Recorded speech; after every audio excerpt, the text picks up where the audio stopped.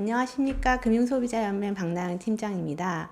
오늘은 여러분들 주변에서 누구나 사고를 당할 수가 있잖아요. 이제 그런 일이 있을 때 여러분들이 겪게 될 만한 것들에 대해서 짚어드리고 이제 한 가지 또 팁도 말씀을 드리려고 합니다.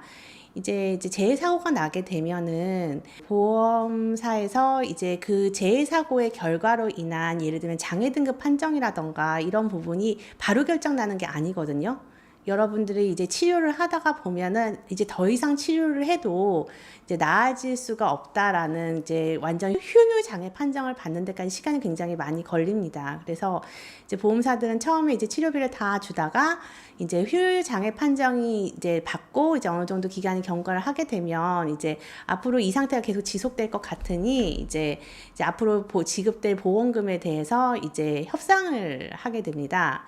이제 다른 보험사들과 달리 삼성화재, 삼성생명 뭐 상관없을 것 같은데 그쪽 보험사에서는 정확하게 2년이 되면 이제 협상을 하기를 이제 원합니다. 그래서 이제 손해사정사가 다 이제 계산을 해서 가지고 오는데 그 금액이 터무니없이 적어요. 그러니까 이제 처음에 뭐 20%, 30% 이제 앞으로 이제 이 상태로 고정이 됐다고 했을 때 그거를 가지고 이제 협상을 하게 되는데 아프신 분이잖아요. 이미 몸도 많이 약해져 있고 장애 등급 판정도 받았고 이제 앞으로 살 길도 막막한 분인데 어쨌든지 간에 이제 목돈이 들어오는 상황인 거고 근데 앞으로 자기가 치료를 어떻게 해야 될지는 잘 모르는 상황인 거죠. 그런데 손해사정사는 그런 분들을 많이 겪었을 거잖아요. 그런데 삼성이라는 회사는 2년이 되면은 득달같이 달려와서 이제 무조건 사인을 하라고 합니다. 어련히 잘 알아서 해주겠어 라고 만약에 사인을 하게 되는 순간에는 더 이상의 어떤 돈도 받을 수가 없는 상황이 되고요. 어떤 치료를 더 하더라도 어떤 것도 청구할 수가 없게 됩니다.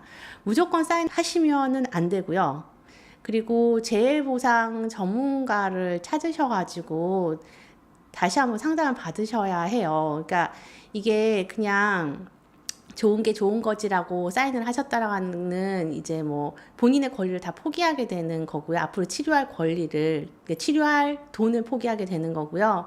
그런데 이제 다른 보험사들 같은 경우에는 시간을 끌거나 뭐 3년 뒤에 오는 사람도 있고 뭐 기간에 따라서는 왜냐하면 이 장애 휴유 판정이라는 게 낮긴 했지만 더 상황이 악화될 수도 있는 거잖아요. 이제 협상의 여지가 있어요.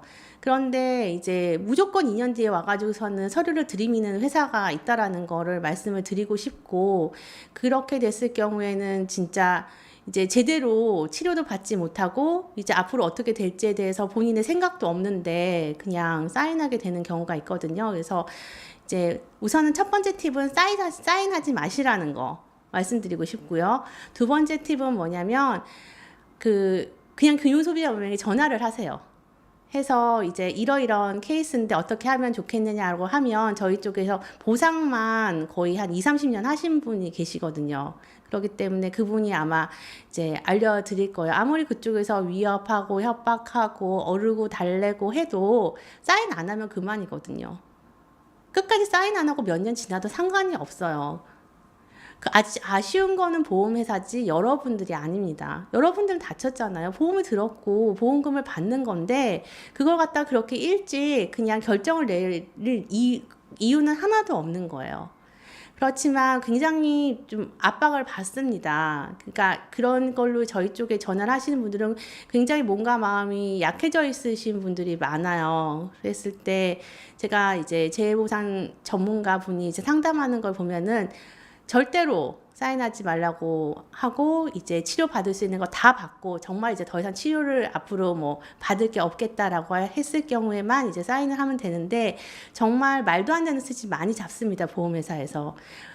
소비자들은 규정을 모르잖아요. 어떤 치료는 받을 수 있고 어떤 치료는 받으면 안 되고 이런 것도 하나도 모르고 그냥 나는 몸이 아플 뿐이고 나는 병원을 내가 원하는 곳에서 치료를 받을 수 있겠지라고 생각을 하는데 이건 안 되고 저건 안 되고 하는 경우도 굉장히 많거든요. 그런 말 전혀 귀담아 듣지 마시고 만약에 모르겠다라고 생각이 들면 전문가를 찾으세요. 다른 손해사정사를 찾으시던지 아니면 저희 쪽으로 전화를 주시던지 해서 여러 사람의 의견을 듣고 결정을 하시지 절대로 내가 가입한 보험사에서 나에게 잘해주겠지라고 생각을 하고 사인을 하시면 안 됩니다. 이게 참 그러니까 이게 좋은 게 좋은 거고 사회가 이제 뭐 보험사가 당연히 어련히 알아서 해주겠어라고 믿는 많은 분들한테 이거를 꼭 알려드리고 싶었어요.